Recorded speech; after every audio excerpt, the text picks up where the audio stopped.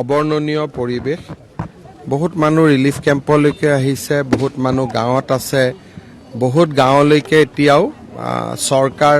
বা আমাৰ যেটো ৰিলিফ এফৰ্ট এতিয়ালৈকে গৈও পোৱা নাই কাৰণ গোটেই গাঁওখন পানীৰে আৱৰি আছে বহুত লোকৰ মৃত্যু হৈছে মৃতদেহ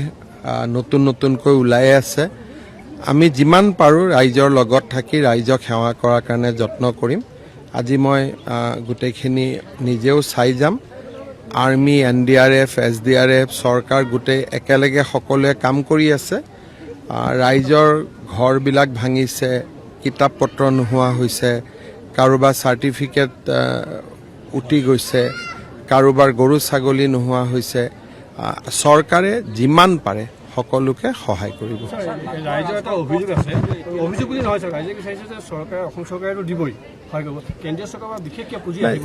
কেন্দ্ৰীয় চৰকাৰ ৰাজ্য চৰকাৰ দুটা নহয় ৰাজ্য চৰকাৰৰ গোটেই ৰিলিফ এফৰ্টৰ টকা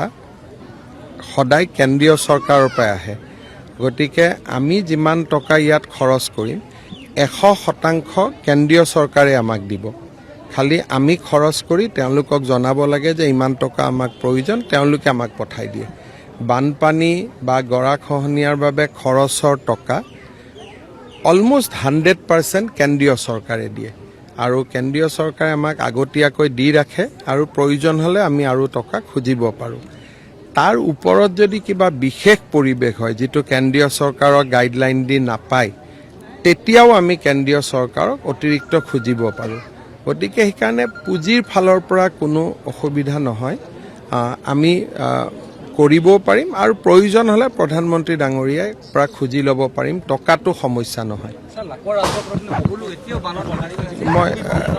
মই যিমানখিনি অঞ্চলত যাব পাৰো মই নিজেও যাম আৰু আমিও জানো যে বহুতখিনি জায়গাত মানুহ এতিয়াও আবদ্ধ হৈ আছে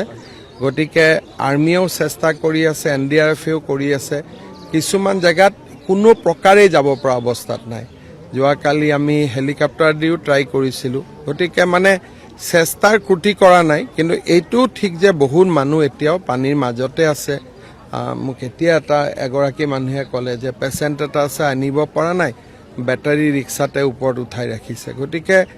কষ্টৰ কোনো সীমা নাই আমি যিমান পাৰো চৰকাৰৰ পৰা চেষ্টা কৰিম নাগালেণ্ডৰ ডাৱৰ বিস্ফোৰণৰ কাৰণে যেহেতু বানপানীটো হ'ল কিন্তু তাৰ লগত আমাৰ চৰাইদেউ বা শিৱসাগৰ জিলা প্ৰশাসনৰ যোগাযোগ নাছিল নেকি যোগাযোগ ক্লাউডটো আহে সময়ত কি নাগালেণ্ড প্ৰশাসনে আমাক লগে লগে জনাইছে ক্লাউড ব্লাষ্ট হোৱাৰ লগে লগে কিন্তু জনালে লাভ কি আছে যেতিয়া ইমান ডাঙৰ এটা ক্লাউড ব্লাষ্ট হৈছে ক্লাউড ব্লাষ্ট হোৱাৰ 10 মিনিটতে তেওঁলোকে আমাক চিফ সেক্ৰেটাৰীক জনাইছে যে আমাৰ ইয়াত ক্লাউড ব্লাষ্ট হৈছে কিন্তু কৰিব পৰাটো একো নাই হো কৰি পানী নামি আহিছে আৰু তেওঁলোক নিজেও ক্ষতিগ্ৰস্ত